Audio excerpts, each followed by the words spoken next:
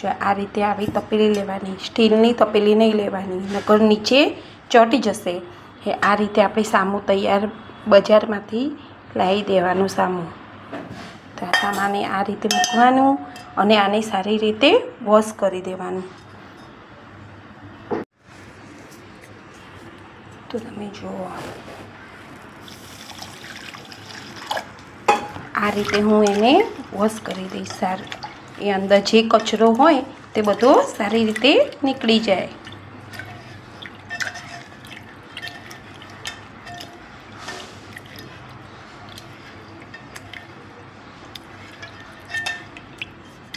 આ રીતે આ વોશ કરી લેવાનું. આ રીતે આપણે 2-3 પાણીથી એને વોશ કરી લીધો છે. હવે એમાં આપણે દૂધ નાખીશું. તમે જો આ દૂધ આપણે અંદર નાખીશું.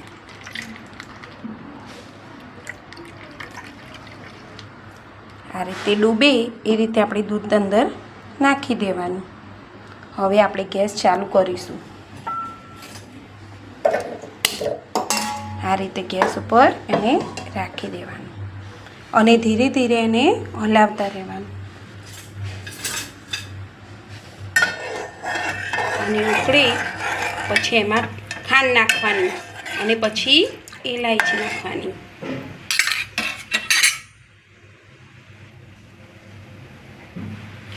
તો ફ્રેન્ડ જો આ ઉકળવા માંડી છે. હવે આપણે એમાં થોડો ગેસ ધીમો કરી દેવાનો અને અંદર ખાંડ નાખી દેવાની.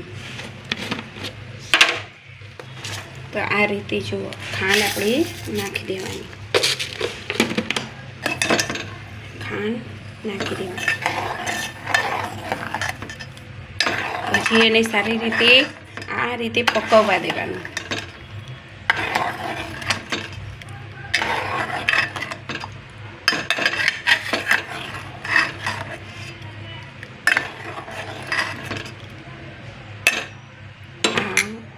અંદરનું દાણું પાકી જાય ત્યાં સુધી તેને ખદખદવા દેવાનું. આ તમે જુઓ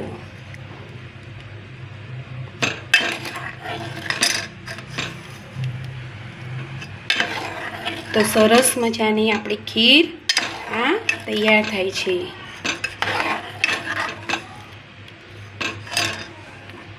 આ રીતે આપણી ખીર સરસ મજાની ખીર બની જશે. આજે આપણે સામા પાંચમનું વ્રત કર્યું છે તો એના માટે આ રેસીપી. તો હવે આપણે એકદમ સરસ રીતે ખાંડી લેવાનું. જો આ રીતે આપણે તમે જો અહીંયા પણ આપણી ખીર મસ્ત બનીને તૈયાર થઈ ગઈ છે. એકદમ સરસ આ રીતે આ ખીર તૈયાર થઈ પાકી ગઈ છે. દેખો આ પાકી ગઈ. જો દૂધ તમને વધારે ગમતું હોય તો દૂધ વધારે નાખવાનું અને સરસ જાડી ખીર ગમતી હોય તો દૂધ થોડું ઓછું. આ રીતે આપણે ઇલાયચી નાખી દેવાની.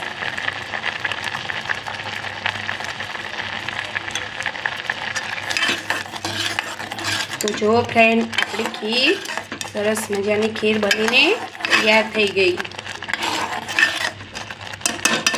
આ રીતે આપણે ખીર બનાવી દીધી અને હવે ગેસ આપણે બંધ કરી દઈશું.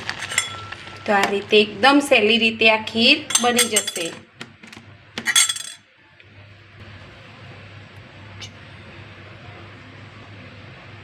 આ ખીર આપણી તૈયાર ઇલાયચી નાખી અને.